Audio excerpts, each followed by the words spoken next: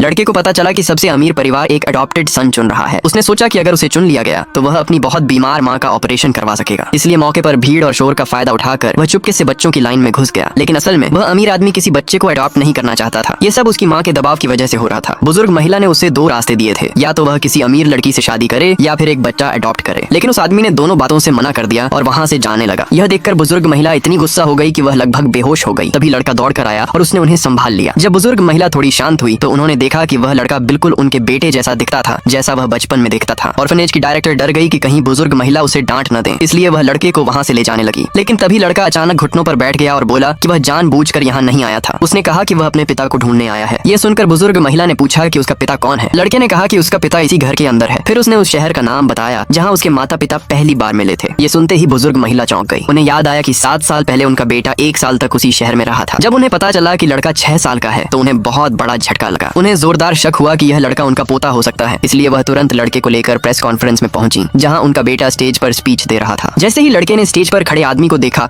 वह तुरंत उसकी तरफ भागा और उसे पापा कहकर बुलाया। पूरा हॉल एकदम शांत हो गया। आदमी के चेहरे पर कंफ्यूजन देखकर बुजुर्ग महिला ने कहा कि यह लड़का शायद उसका बेटा है। उसे यह बात बिल्कुल भी सच नहीं लग रही थी। तभी लड़के ने अपनी माँ का नाम बताया। नाम सुनते ही उस आदमी को अपनी एक्स गर्लफ्रेंड याद आ गई। 7 साल पहले उसने अपनी CEO वाली पहचान छिपा ली थी और आम जिंदगी जीने के लिए एक ब्रांच कंस्ट्रक्शन साइट पर गया था। वहीं उसे एक लड़की से प्यार हो गया था। जब वह अपना काम खत्म करके अपनी गर्लफ्रेंड को शादी के लिए प्रपोज करने वाला था, तभी उसने उसे एक बड़े उम्र के आदमी के साथ बहुत करीब देखा।